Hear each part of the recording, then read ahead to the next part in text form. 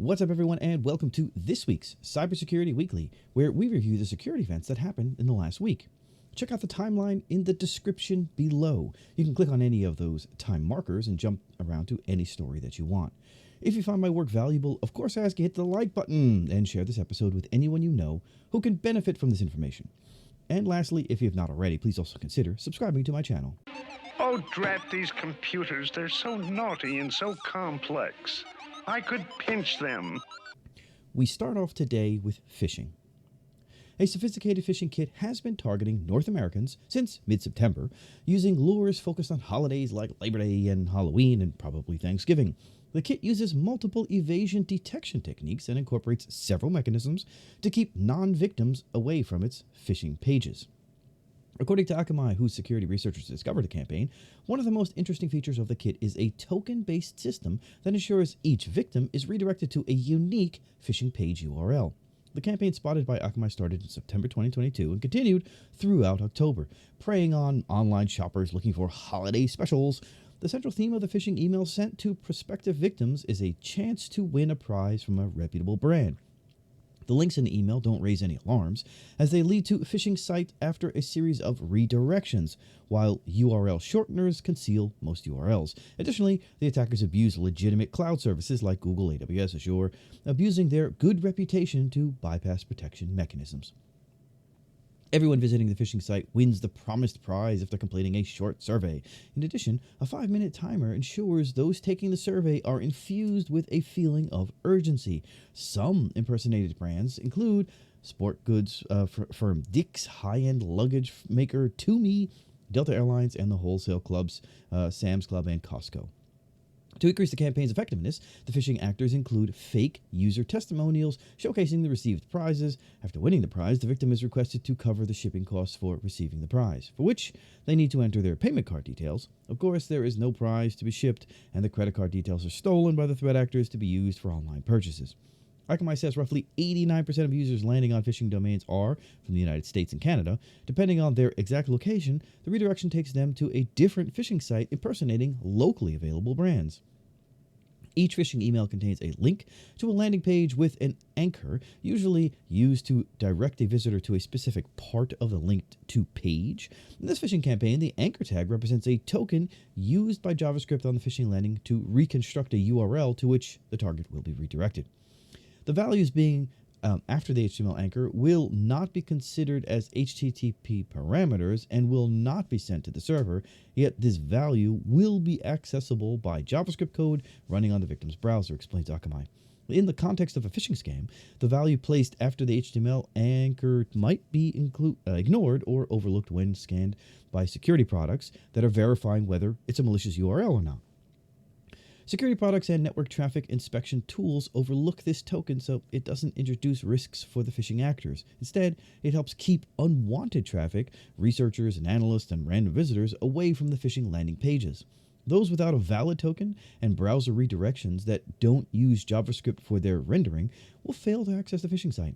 Apart from filtering non-victims, the tokens can also be used for victim-specific tracking, campaign performance measurements, and more. We now move on to patches. Rapid7 researchers discovered several vulnerabilities in F5 Big IP and Big IQ devices running a customized distribution of CentOS. The experts also discovered several bypasses of security controls that the security vendor F5 does not recognize as exploitable vulnerabilities. An attacker may trick users who have at least resource administration role privilege and are authenticated through basic authentication and iControl SOAP into performing critical actions. An attacker can exploit this vulnerability only through the control plane, not through the data plane. If exploited, the vulnerability can compromise the complete system, reads the advisory published by the vendor.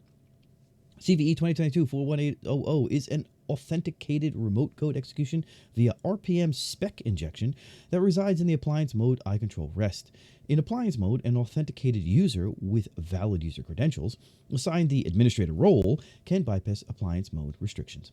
In an appliance mode, an authenticated user with valid user credentials assigned to assigned the administration role may be able to bypass appliance mode restrictions. This is a control plane issue. There is no data plane exposure, reads the advisory. Appliance mode is enforced by a specific license or may be enabled or disabled for individual virtual clustered multiprocessing guest instances. Rapid7 reported both vulnerabilities to F5 on August 18, 2022. It also supported the vendor addressing them, but lower the bypasses of the security controls that the F5 rejected because not exploitable. ID 1145045. There's a local privilege escalation via bad Unix socket permissions, CWE 269. SE Linux bypass via incorrect file context, CWE 732. SE Linux bypass via command injection in an update script, CWE 78. You do not need to install any update to make any changes to other servers or client devices in your environment to resolve this issue, Microsoft said. So this is about Microsoft fixing Windows Kerberos auth issues and emergency updates. It's not about the previous story. If you used any workaround or mitigations for this issue, they are no longer needed, and we recommend you remove them. Microsoft released this standalone updates batch, which can be imported into Windows Server Update Services and Microsoft Endpoint Configuration Manager, Windows Server 2012 R2, Windows Server 2012, Windows Server 2008 SP2. The only affected platform still waiting for a fix is Windows Server 2008 R2 SP1. Redmond says that a dedicated update will be made available next week.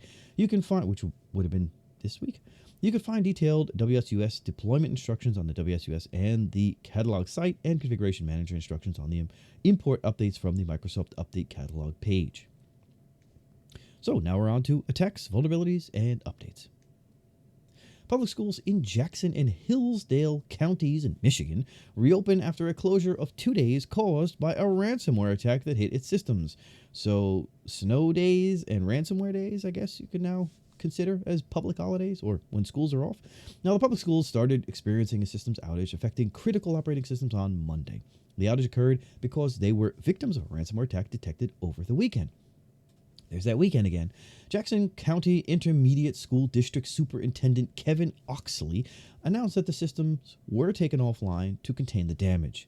The schools notified law enforcement and engaged external cybersecurity advisors to investigate the incident and receive help in restoring its systems in a secure way. As a precautionary measure, the schools asked everyone to refrain from using any school-issued devices. Thanks to the around-the-clock work by our tech team and cybersecurity experts, we are prepared to welcome students back to school tomorrow. Oh no, which was Thursday, November 17, 2022. Here's the announcement from the Jackson County Intermediate School District. Our number one priority was to get kids back in school, and we're thrilled to be able to do that tomorrow. While our restoration efforts continue, we prioritize bringing essential systems back online in order to allow us to safely resume operations and reopen school buildings across Jackson and Hillsdale counties. However, students will continue to have limited access to several technology resources when they return, as our teams continue to work on restoring additional systems. At this time, the attack has yet to be claimed by any cybercrime group. School districts are privileged targets of ransomware gangs in September. One of the U.S.'s largest school districts, the Los Angeles Unified School District, suffered a ransomware attack. In September 2022, Sansec researchers warned of a surge in hacking attempts targeting a critical Magento 2 vulnerability tracked to CVE 2022-24086. Magento is a popular open-source e-commerce platform owned now by Adobe, which is used by hundreds of thousands of e-stores worldwide. In February, Adobe rolled out security updates to address the critical CVE 2022-24086 flaw affecting its Commerce and Magento open-source products. At the time, the company confirmed it was actively exploited in the wild. Adobe is aware that CVE 2022-24086 has been exploited in the wild in very limited attacks targeting Adobe Commerce merchants, reads the advisory published by Adobe. The flaw is an improper input validation vulnerability that could be exploited by threat actors with administrative privileges to achieve arbitrary code execution on vulnerable systems. The CVE 2022-24086 has received a CVSS score of 9.8 out of 10. It is classified as a pre-authentication issue, which means that it can be exploited without credentials. A few days after its disclosure, Positive Technologies researchers created a working proof-of-concept exploit for the vulnerability. Fortunately, despite Adobe having addressed the issue earlier this year, roughly one-third of existing Magento and Commerce stores have yet to install the security updates. That's because, most likely, so many of them use like their own code. They have these hacks and plugins and everything, and they can't update. Now, Sansec researchers warn that at least 7 Magento groups are injecting Trojan orders at approximately 38% of Magento and Adobe Commerce websites in November. So Adobe saying in a limited number of sites, this information contradicts that. Anyway, Trojan orders are orders that are injected by exploiting a critical vulnerability in Magento stores. After a quiet summer, the number of attacks targeting the mail template vulnerability in Magento 2 and Adobe Commerce is rising fast. Merchants and developers should be on the lookout for Trojan orders that exploit a critical vulnerability in Magento stores, reads the report published by the experts. The trend in recent weeks paints a grim picture for e-commerce DevOps teams worldwide in the coming weeks. The attack chain is simple. The attacker's first attempt to trigger the system to send an email inserting the exploit code in one of the fields. The email is triggered by placing an order, but experts also observed other triggers using the sign up as customer or share a wishlist functionalities. Usually, the backdoor is hidden in the file health_check.php, which is a legitimate Magento component. Over the past several weeks, Sansec spotted 7 different attack vectors, a data that suggests that at least 7 Magento groups now actively trying Trojan orders on Magento 2 websites. Developing an attack route is difficult and expensive.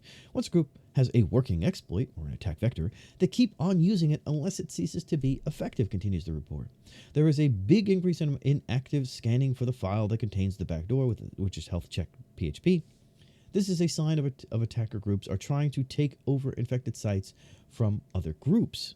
The spike in attacks could be caused by the availability of low-cost exploit kits on hacking forums, a high success rate of past attacks, and timing. Between October and December, e-commerce sites are under pressure because it's the period with major revenue.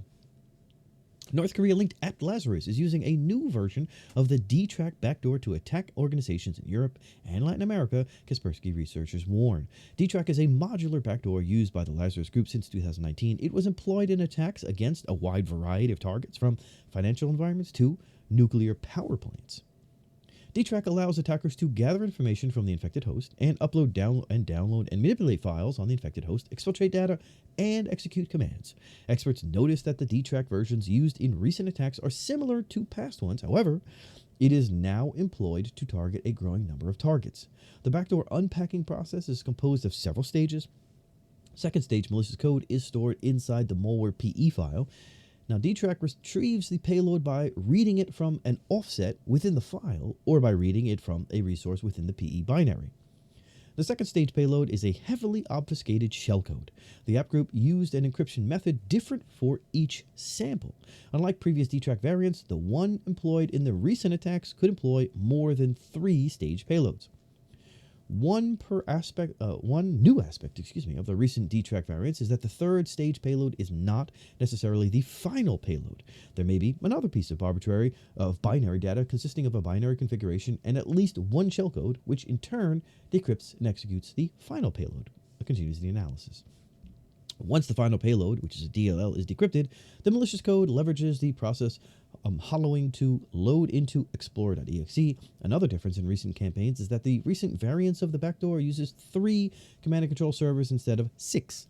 Kaspersky reported attacks against entities in multiple industries, including education, chemical manufacturing, government research centers, and policy institutes, IT service providers, utility providers, and telecommunications. The DTrack backdoor continues to be used actively by Lazarus Group. Modifications in the way the malware is packed show that Lazarus still sees DTrack as an important asset. Despite this, Lazarus has not changed the backdoor much since 2019, when it was initially discovered, concludes the report. When the victimology is analyzed, it becomes clear that operations have expanded to Europe and Latin America, a trend we're seeing more and more often.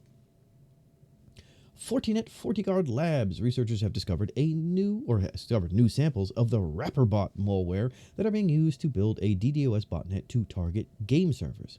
Researchers from FortiGuard Labs discovered the previously undetected RapperBot IoT botnet in August and reported that it is active since mid-June 2022. The bot borrows a large portion of its code from the original Mirai botnet, but unlike other IoT malware families, it implements a built-in capability to brute force credentials and gain access to SSH servers instead of Telnet as implemented in Mirai. Experts also noticed that the most recent samples include the code to maintain persistence, which is rarely implemented in other Mirai variants. Earlier samples of the malware had the brute forcing credential list hard-coded into the binary, but from July, the sample started retrieving the list from the command and control server. Since mid-July, RapperBot started using self-propagation to maintaining remote access into the brute force SSH servers. The bot runs a shell command to replace remote victims' SSH authorized keys with one containing the threat actor's SSH public key with the comment "Hello World." Once stored, or once the public keys are stored in that SSH authorized keys file, anyone with the corresponding private key can authenticate the SSH server without supplying a password. RapperBot is also able to retain its foothold on any devices on which it is executed by appending the same aforementioned SSH key to the local SSH keys, or authorized keys, on the infected device upon execution. Now, this allows the malware to maintain its access to these infected devices via SSH even after a device reboot or the removal of the RapperBot from the device. In early October 2022, the researchers spotted new samples that they believe to be part of a separate campaign to launch distributed denial of service, or DDoS, attacks against game servers. But once we analyzed these new samples, we observed a significant difference between them and the earlier campaign. In fact, it turns out that this campaign is less like RapperBot than an older campaign that appeared in February and then mysteriously disappeared in the middle of April, reads the report published by FortiGuard Labs. The latest samples also implement DDoS attacks against the GRE protocol, likely reusing array source code, and the UDP protocol used by the Grand Theft Auto San Andreas multiplayer mod. The most significant difference in the latest campaign was the complete replacement of the code to carry out SSH brute force attacks with the more usual Telnet equivalent. The Telnet brute forcing code is designed primarily for self-propagation and resembles the old Mirai Satori botnet. Unlike the earlier SSH brute forcing campaign, the plain text credentials are embedded into the malware instead of being downloaded from the command and control server, continues the report. Now, the list of hard-coded credentials is composed of default credentials associated with IoT devices. The analysis of the prompt messages hard-coded into the malware revealed that the bot mainly targets routers and DVRs. The latest campaign aims at older devices with the Qualcomm MDM9625 chipset, such as LTE modems.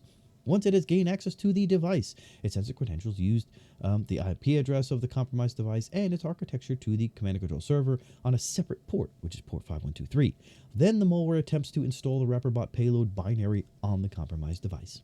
Based on the undeniable similarities between this campaign and the previously reported RapperBot campaign, it's highly likely that they are being operated by a single threat actor or by different threat actors with access to a privately shared base source code, the researchers conclude. Now, unlike the previous RapperBot campaign, this new campaign has a clear motivation to compromise as many IoT devices as possible to build a massive DDoS botnet. State-sponsored actors compromised a digital certificate authority in a country in Asia as part of a cyber espionage campaign aimed at multiple government agencies in the region, according to Symantec. Symantec attributes the attack to a China-linked cyber espionage group tracked as Billbug, aka Lotus Blossom, aka Thrip. The attribution is based on the use of tools previously attributed to this apt group. In 2019, Symantec researchers reported that the group was using the backdoors Hanotog, or backdoor.hanotog, and Sagaronix, or Unix, which were both used in the recent campaign. The victims in this campaign included a certificate authority as well as government and defense agencies, reads the report published by Symantec. All the victims were based in various countries in Asia. Billbug is known to focus on targets in Asian countries. In at least one of the government victims, a large number of machines on the network were compromised by the attackers. The compromise of a certificate authority could allow attackers to release valid code signing certificates that could be used to sign malware to avoid detection. The compromised certificates can also be used to intercept HTTPS traffic. The good news is that Symantec has seen no evidence to suggest the attackers were able to compromise digital certificates. The security firm notified the certificate authority of the malicious activity. The campaign has been ongoing since at least March 2022. The analysis of the attack chain suggests that the attackers are exploiting public-facing applications to gain initial access to the victim networks. The targeting of the government victims is most likely driven by espionage motivations, with the certificate authority likely targeted in order to steal legitimate digital certificates, as mentioned in the introduction. The researchers concluded the ability of this actor to compromise multiple victims at once indicates that this threat group remains a skilled and well-resourced operator that is capable of carrying out sustained and wide-ranging campaigns. Akamai security research discovered a new evasive Golang-based malware tracked as KmsdBot that infects systems via an SSH connection that uses weak login credentials. The malware was employed in cryptocurrency mining campaigns and to launch denial of service attacks, of course. KmsdBot supports multiple architectures including Win86, ARM64, MIPS64, x86-64, and does not stay persistent to avoid detection. The malicious code was used in attacks targeting multiple sectors, including the gaming industry, technology industry, and luxury car manufacturers. The first DDoS attack observed by Akamai targeted a gaming company called or named 5M, which allows gamers to host custom private servers for Grand Theft Auto Online. The malware employed specific targeted attacks along with generic Layer 4 and Layer 7 attacks. We found an interesting log entry, a cryptominer with distributed denial of service functionality tailored to the gaming industry. It's not often we see these types of botnets actively attacking and spreading, especially ones written in Golang, reads the post published by Akamai. The targets range from gaming companies to luxury car brands to security companies. This malware is almost erratic with regard to its targets. The analysis of the KsmdX sample reveals functions to perform scanning operations, software updates, and cryptomining activities. Once a system has been infected, the KsmdX binary notifies the command and control server that by sending it an HTTP post request with the notification of "bruh started," the bot downloads a list of login credentials to use when it scans for open SSH ports. When analyzing the crypto mining activity, the experts noticed that operators used crypto wallets allegedly chosen randomly to contribute to various mining pools. The bot does implement its own functionality to launch crypto mining activity. However, it is actually launching a renamed XMRig binary. The Government Computer Emergency Response Team of the Ukraine, or CERT-UA, is investigating multiple attacks against organizations in Ukraine that involved a new piece of ransomware called Somnia. Government experts attribute the attacks to the group From Russia with Love, or FROL, or aka Z-Team, aka UAC0118, which is believed to be a group of pro-Russia hacktivists. FROL, aka Z-Team, whose activity is monitored by CERT-UA under the identifier UAC0118, took responsibility for the unauthorized intervention in the operation of automated systems and electronic computer machines of the target of the attack, reads the advisory published by CERT-UA. The investigation found that the initial compromise occurred as a result of downloading and running a file that mimicked the advanced IP scanner software, but actually contained the VDAR malware. According to the alert, the Ukrainian organization was initially breached by a relevant access broker that then transferred the compromised data to the FROL group that used it to carry out a cyber attack. The advanced IP scanner software used as bait actually contained the VDAR malware, which is a data stealing malware that is also able to capture Telegram session data and take over the victim's account. Then the threat actors abused the victim's Telegram account to steal VPN configuration data, authentication, and certificates.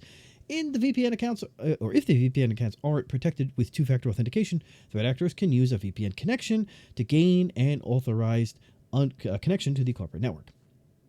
Once access has been obtained to the target network, the attackers conducted reconnaissance using tools like NetScan and deployed Cobalt Strike beacons before exfiltrating the data. It's important to highlight that the threat actors behind Somnia do not request the ransom payment. Their operations aimed at disrupting the target's networks. CERT-UA also reported that the Somnia malware is evolving. The first version of the malware used by the symmetric 3DES algorithm, or used the symmetric 3DES algorithm, while the second one uses the AES algorithm. According to a joint advisory published by the FBI and CISA, an Iran-linked app group compromised a federal civilian executive branch organization using an exploit for the Log4 shell flaw and deployed a cryptomining malware. Log4 shell impacts the products of several major companies that use Log4j, but in many attacks, the vulnerability has been exploited against affected VMware software. In this specific case, the Iranian hackers hacked an unpatched VMware Horizon server to gain remote code execution. CISA obtained 4 malicious files from analysis during an on-site incident response engagement at a federal civilian executive branch organization compromised by Iranian government-sponsored advanced persistent threat actors. Reads the malware analysis report AR22-320A, published by the CISA. These files have been identified as variants of the XMRig cryptocurrency mining software. The files include a kernel driver, 2 Windows executables, and a configuration file to control one of the executables' behavior on the network and infect its host. CISA conducted an incident response engagement in the impacted federal civilian executive branch organization between mid-June and mid-July 2022. The government experts discovered that after the installation of the XMRig crypto miner, the attackers performed lateral movement, reaching the domain controller, compromised credentials, and then implanted ngrok reverse proxies on several hosts to maintain persistence within the compromised network. CISA and the Federal Bureau of Investigation assessed that the FCEB network was compromised by Iranian government-sponsored actor groups, or APT actors, reads the Joint Advisory. CISA and FBI are releasing this cybersecurity advisory, providing the suspected Iranian government-sponsored actors tactics, techniques, and procedures, or TTPs, and indicators of compliance, or IOCs, to help network defenders detect and protect against related compromises. The Joint Advisory urges organizations that suspect initial access or compromise to assume lateral movement by threat actors, investigate connected systems, including the DC, and audit privileged accounts. The advisory includes recommendations to protect against similar malicious cyber activity. In June, the U.S. Cybersecurity and Infrastructure Security Agency, along with the Coast Guard Cyber Command, published a joint advisory to warn of hacking attempts exploiting the Log4Shell flaw in VMware Horizon servers to compromise target networks. CISA and the United States Coast Guard Cyber Command, or CGC, or CG Cyber, has released a joint cybersecurity advisory to warn network defenders that cyber threat actors, including state-sponsored advanced persistent threat actors, have continued to exploit CVE 2021-44228, which is Log4Shell, in VMware Horizon and Unified Access Gateway servers to obtain initial access to organizations that did not apply available patches. The CVE 2021-44228 flaw made the headlines in December after Chinese security researcher P0RZ9 publicly disclosed a proof-of-concept exploit for the critical remote code execution zero-day vulnerability, aka Log4Shell, that affects the Apache Log4j Java-based logging library. In one attack, documented by government experts, where threat actors were able to move laterally inside the network and collect the exfiltrated sensitive data. Researchers from the security firm Oxeye discovered a critical remote code execution in Spotify's Backstage, with CVS's score of 9.8. Backstage is Spotify's open source platform for building developer portals. It's used by several organizations, including American Airlines, Netflix, Splunk, Fidelity Investments, and Epic Games. The issue can be exploited by triggering a recently disclosed VM sandbox escape vulnerability, CVE 2022-36067, aka Sandbreak, in the VM2 third-party library. Oxeye researchers reported this RCE vulnerability via Spotify's bug bounty program, and the Backstage development team quickly fixed it with the release of version 1.5.1. An unauthenticated threat actor can execute arbitrary system commands on a Backstage application by exploiting a VM2 sandbox escape in the Scaffolder core plugin, reads the advisory published by the company. The vulnerability resides in the software template tools that allow developers to create components in Backstage. The researchers explained that the template engine utilizes the VM2 library to prevent the execution of untrusted code. In reviewing how to confine this risk, we noticed that the template engine could be manipulated to run shell commands by using user-controlled templates with nunchucks outside of an isolated environment.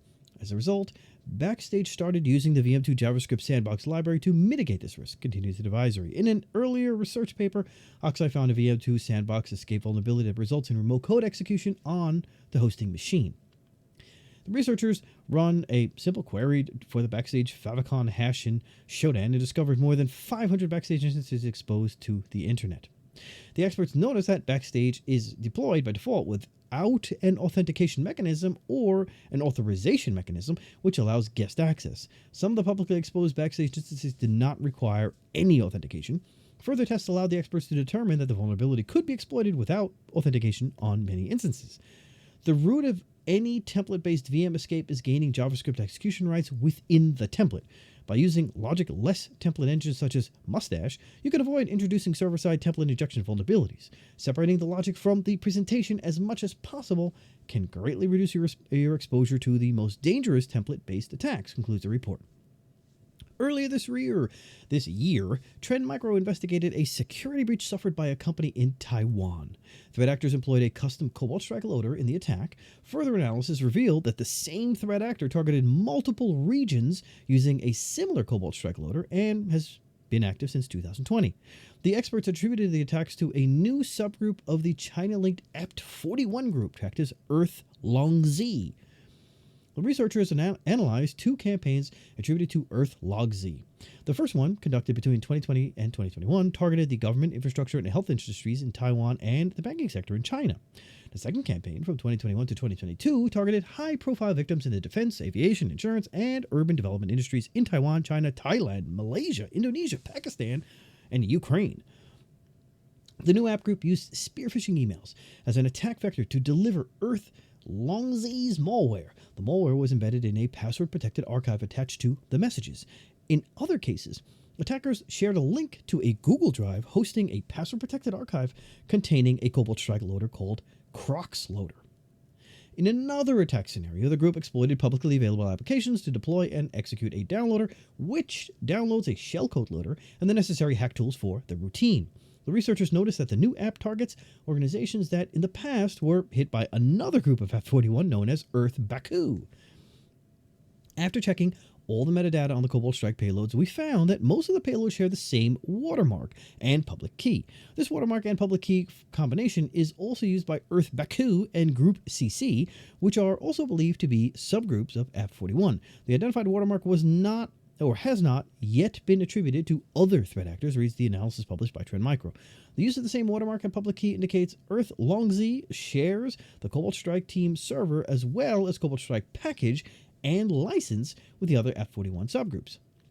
The investigation into the second campaign revealed that the Earth Longzhi app used multiple custom versions of known hacking tools used for privilege escalation, like Print Nightmare and Print Spooler, a spoofer, credential dumping, custom standalone mimikatz, and disabling security products. Instead of using public tools as they are, the threat actors are able to re-implement or develop their own tools based on some open source projects.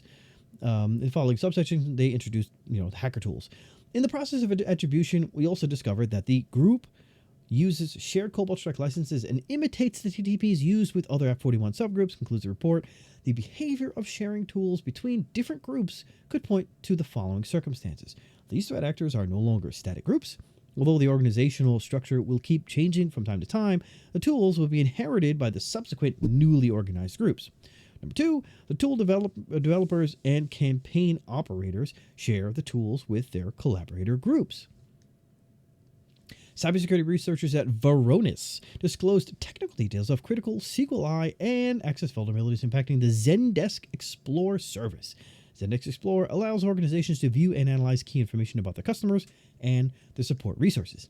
Threat actors would have allowed threat actors to access conversations, email addresses, tickets, or this vulnerability or this attack would allow threat actors to access conversations, email addresses, tickets, comments, and other information from Zendesk accounts having the Explorer service enabled.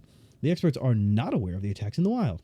To exploit the vulnerability, an attacker would first register for the ticketing service of its victim's Zendesk account as a new external user. Registration is enabled by default because many Zendesk customers rely on end users submitting support tickets directly via the web, reads the advisory published by Varonis. Zendesk Explore is not enabled by default, but is heavily advertised as a requirement for the Analytic Insights page. Varonis reported the flaws to Zendesk, which started working on the fix the same day they were reported. The company addressed multiple vulnerabilities in less than 1 work week. In order to exploit these flaws, an attacker has to register for the ticketing service of the target Zendesk account as a new external user. The experts highlighted that this is a feature that's likely enabled by default to allow end users to submit support tickets.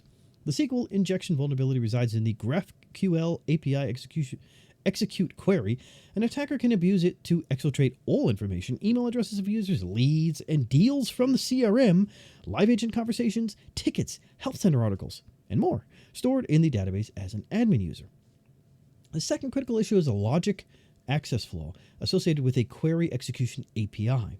The researchers pointed out that the execution query API did not perform the following logical checks. Number 1, the integrity of documents was not checked, allowing the team to modify them in ways that expose the inner workings of the system. 2, query, data sources, and queue models IDs were not evaluated to see if they belong to the current user. Number 3, finally, and most critically, the API endpoint did not verify that the caller had permission to access the database and execute queries. This meant that a newly created end user could invoke this API, change the query, and steal data from any table in the target Zendesk account's RDS, no SQLi required. So there's a massive Black Hat SEO campaign that was been attacking 15,000 plus WordPress sites, in case you didn't know. Now, since September 2022, researchers from security firm Sucuri have tracked a surge in this WordPress malware, redirecting website visitors to fake Q&A sites via OIS.is. The campaign's end goal appears to be Black Hat SEO aimed at increasing the reputation of the attacker's sites. What makes this campaign especially unusual is that attackers are found to be promoting a handful of fake low-quality Q&A sites, reads the analysis published by Sucuri. Some website malware infections limit themselves to a small number of files, often to limit their footprint and avoid detection. This malware is the opposite, with an average of over 100 files infected per site. Experts noticed that the threat actor behind this campaign modified on average 100 files per website. The attackers mainly modified core WordPress files along with malicious PHP files created by other unrelated malware campaigns. Sucuri experts explained that if the malware does not detect a logged-in user or a login attempt, it then injects the malicious JavaScript code. Experts observed two redirect techniques, a combination of window.location.href and meta refresh redirects. Attackers save information about the redirect in the visitor's browser local storage to avoid redirecting more than once in 2 or 6 hours, depending on the variant used. The value is hard-coded in the allowed hours variable. In both scenarios, the malware redirects to PNG files. Then the malware uses the window.location.href function to redirect to Google search result URL of a spam domain under his control. The spam sites are populated with various questions and answers scraped from other Q&A sites. Security experts have yet to discover how the WordPress websites employed in the campaign have been hacked. It's possible that these bad actors are simply trying to convince Google that real people from different IPs using different browsers are clicking on their search results. This technique artificially sends Google signals that those pages are performing well in search, concludes the report. If this is the case, it's a pretty clever Black Hat SEO trick that we've rarely seen used in massive hack campaigns. However, its effect is questionable given that Google will be getting lots of clicks on search results without any actual searches being performed. This Black Hat SEO theory is also backed by the fact that the second-level domains of the Q&A sites seem to belong to the same people. The hosted websites use similar templates and pretty low-quality content, mostly in Arabic language, that is either scraped from some other sites or created for search engines rather than real humans. Hey, we're now on to other security news. Google announced that it will roll out the Privacy Sandbox for Android in beta to mobile devices running Android 13 starting early next year. The Privacy Sandbox aims at creating technologies to protect people's privacy online, limiting covert tracking. The goals of the Privacy Sandbox are, number 1, build new technology to keep your information private. Number 2, enable publishers and developers to keep online content free without relying on intrusive tracking. Number 3, collaborate with the industry to build new internet privacy standards. Beginning early next year, we plan to roll out the initial Privacy Sandbox beta to Android 13 mobile devices so that developers can take the next steps in testing these new solutions. We'll start with a small percentage of devices and increase over time, reads the announcement. The Privacy Sandbox beta will be available for ad tech and app developers who wish to test the ads-related APIs as part of their solutions. Developers will need to complete an enrollment process in order to utilize the ads-related APIs, including topics, fledge, and attribution reporting. The IT giant will verify the identity of the developer and gather developer-specific data needed by the APIs. Google will release a closed beta of the SDK runtime distribution to select apps for testing purposes. Development teams that want to utilize the beta release have to compile their solutions with an API Level 33 SDK extension update that is coming soon. For companies that rely on third-party solutions for ad serving or ad measurement, we recommend working with your providers to understand their testing roadmaps and how you can participate in early testing of Privacy Sandbox, concludes the announcement. Google has agreed to pay $391.5 million to settle with 40 U.S. states for misleading users about the collection of personal location data. The settlement is the largest Attorney General-led consumer privacy settlement ever, states the announcements published by the DOJ. Google misled its users into thinking they had turned off location tracking in their account settings, when in fact, Google continued to collect their location information. In addition to the multi-million-dollar settlement as part of the negotiations with the Attorney Generals, Google has agreed to significantly improve its location tracking disclosures and user controls starting in 2023, reads the DOJ's press release. Oregon Attorney General Ellen Rosenblum, who led the settlement, along with Nebraska Attorney General Doug Peterson, pointed out that for years Google has prioritized profit over the user's privacy.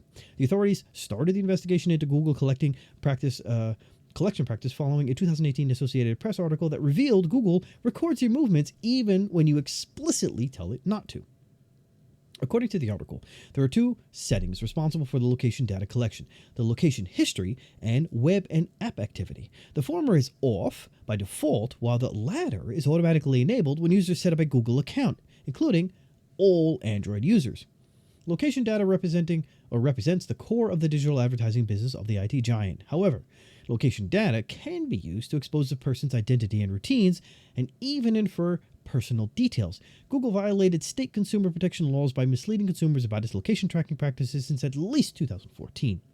The settlement requires Google to be more transparent about its practices. In particular, Google must 1. Show additional information to users whenever they turn a location-related account setting on or off. 2. Make key information about location tracking unavoidable for users, i.e. not hidden. And 3. Give users detailed information about the types of location data Google collects and how it's used at an enhanced location technologies webpage. Following the settlement, Google announced it has introduced more transparency and tools to help users manage their data and minimize the data it collects. Below are the measures announced by the company. 1. They're going to launch auto-delete controls, a first in the industry, and turn them on by default for all new users, giving you the ability to automatically delete data on a rolling basis and only keep 3, 18, or 36 months worth of data at a time. 2.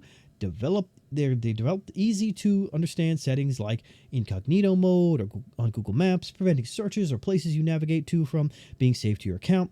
3. They introduced more transparency tools, including your data in Maps and Search, which lets you quickly access your key location settings right from your core products.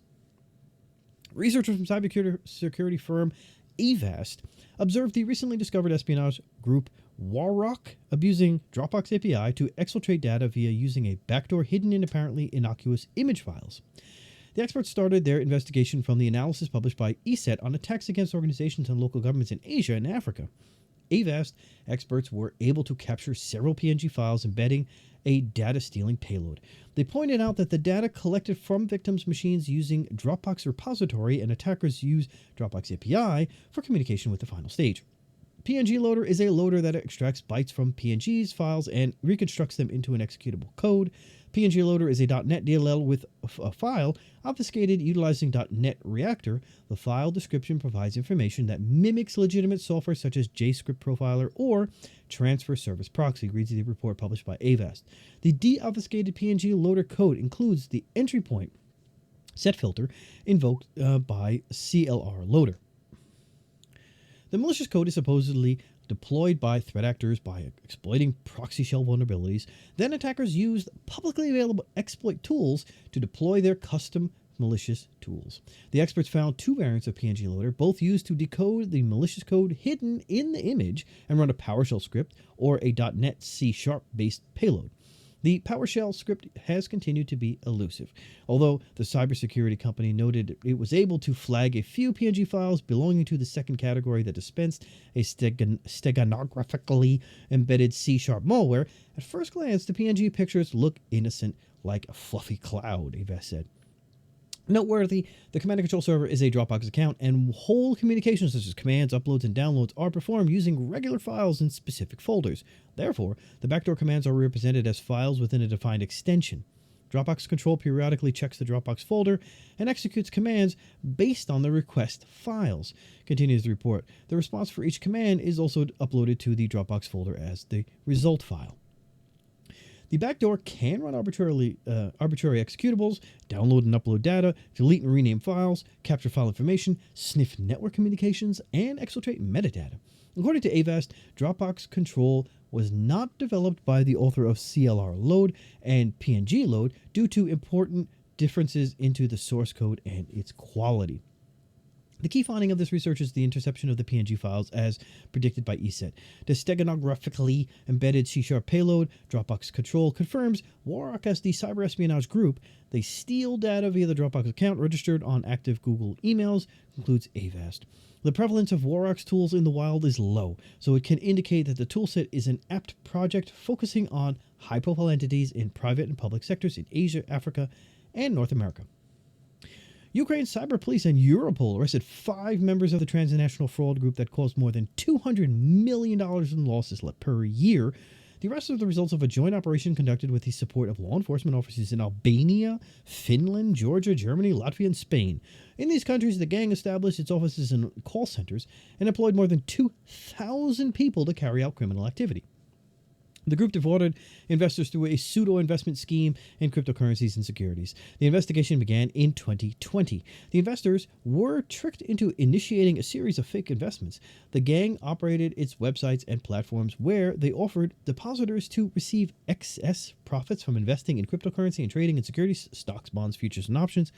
They also simulated asset growth through these platforms, but investors were not able to withdraw their funds. That's always a really, really bad sign. According to Europol, hundreds of thousands of people around the world have been affected by the illegal activities of transnational groups. Damages are estimated at more than 200 million euros per year, reads the announcements published by Ukraine's cyber police. Law enforcement officials conducted searches in the homes of those involved, as well as at addresses of call centers in Kyiv and Ivano-Frankivsk. More than 500 pieces of computer equipment and mobile phones were seized. At the same time, searches were conducted in other countries at the places of residence of the remaining members of the group. The police officers conducted searches in the homes of the arrested people as well as the offices hosting the call centers, like I said, in Kiev and Ivano-Frankivsk. And there you have it. That's the news. Thanks again for watching. Don't forget to share and subscribe if you haven't already, and smash the bell if you haven't already, and I'll see you on the next episode. Take care. Don't forget to ride!